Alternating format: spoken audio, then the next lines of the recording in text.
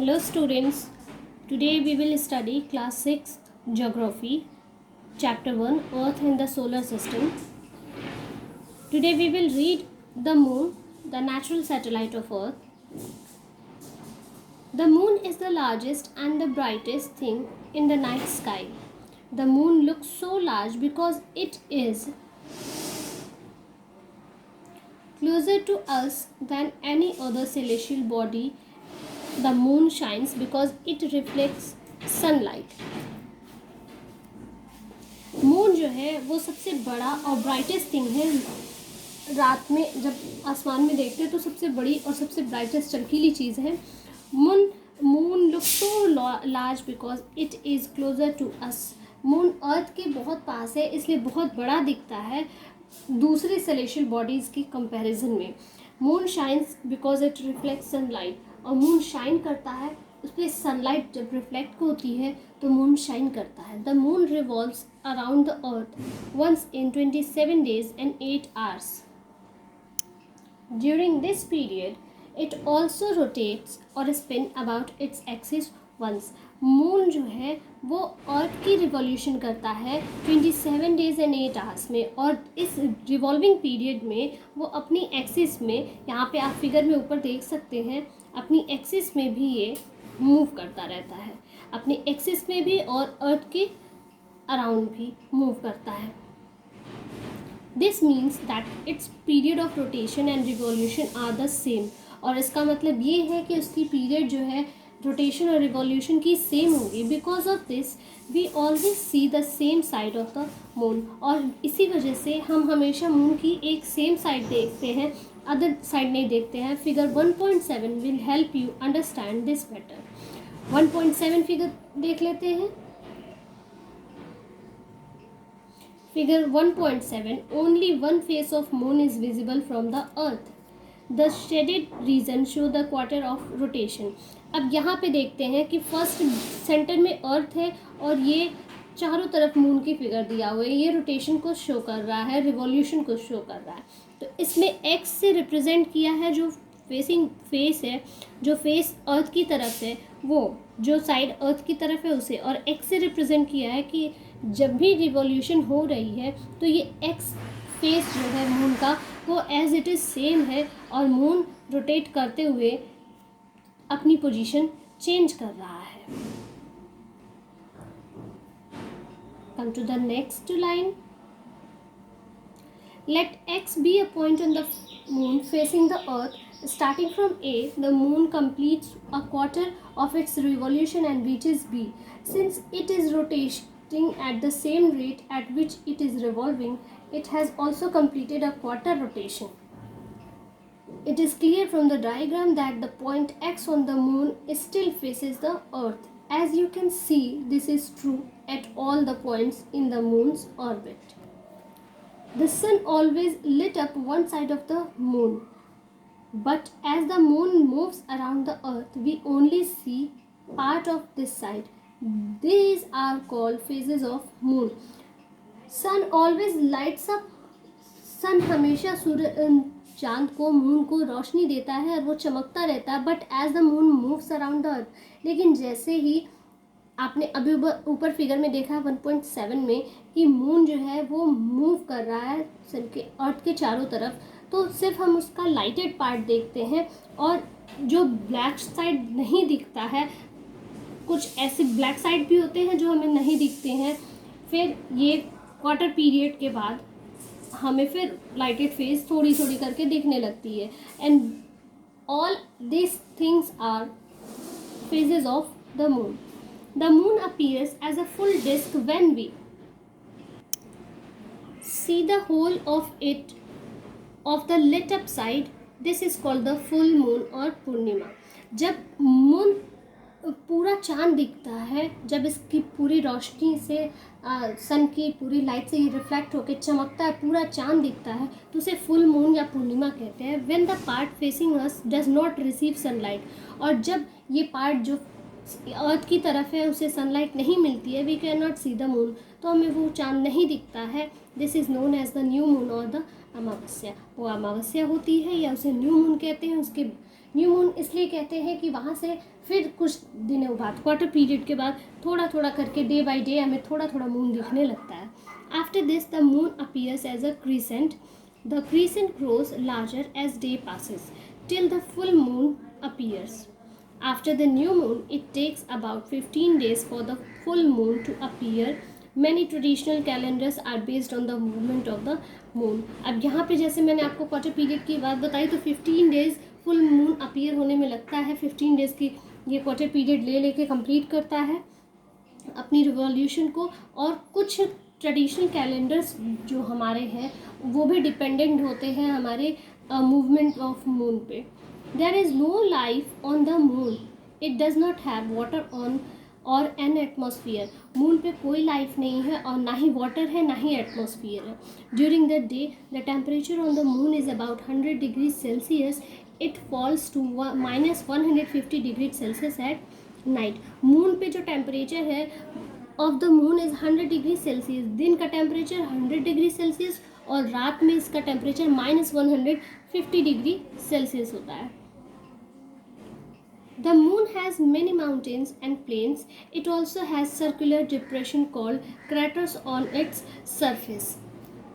Moon पे जो है बहुत सारे माउंटेन और प्लेन्स भी हैं और इट ऑल्सो सर्कुलर डिप्रेशन और कुछ गोल गोल डिप्रेशंस भी हैं, सर्कुलर वे में हैं, जिसे क्रैटर्स बोलते हैं. उसके सरफेस पे है जो आप देखते हैं, पैचेस देखते हैं मून पे, that are craters. The moon surface is covered with a mixture of rocks and dust. Moon का सरफेस जो है वो रॉक्स और डस्ट से कवर्ड है, जिस पे ब्राउनिश पैचेस हम देखते हैं. जब भी मून का फिगर बनाते हैं तो उसे हम शेड कर देते हैं पेंसिल से, बिकॉज उसको ब्राउन कलर दिखाने के लिए वो रॉक्स और डस्ट के मिक्सचर रहते हैं. Man has always been fascinated by the moon. During 1960s, many spacecraft were sent to the moon. On 21 July 1969, man's dream of going to the moon came true. इंसान ने हमेशा चाहा है कि वो चांद पे जाए और 1960 में बहुत सारे स्पेसक्राफ्ट भी भेजे गए. बट 21 जुलाई 1969 में इंसान का ये सपना सच हुआ और वो मून पे गए. On that day Neil Armstrong became the first man to walk on the moon. और उस दिन यानी कि 21 जुलाई 1969 को नील आर्मस्ट्रॉन्ग जो फर्स्ट मैन थे जिन्होंने चांद पे पहला कदम रखा. That's it. I hope you all will understand about the moon. Come to the next topic, that is artificial satellite. An object designed to revolve around the earth or any other heavenly body is called an artificial satellite. कुछ ऐसी objects जो अर्थ के planet earth के चारों तरफ move करने के लिए या फिर किसी हेवनली बॉडी के चारों तरफ मूव करने के लिए सर्च के लिए बनाए जाए, that are artificial satellite. Satellites are carried into space by rockets. और सैटेलाइट को रॉकेट के थ्रू स्पेस में भेजते हैं. They have many uses. Some relay TV and telephone signal. कुछ टीवी टेलीफोन सिग्नल्स भी उससे मिलते हैं हमें. बहुत सारे यूजेस भी होते हैं सैटेलाइट के. Other takes picture of clouds, vast area of land etcetera. These pictures have many uses. For example, picture of cloud formation help in weather forecasting.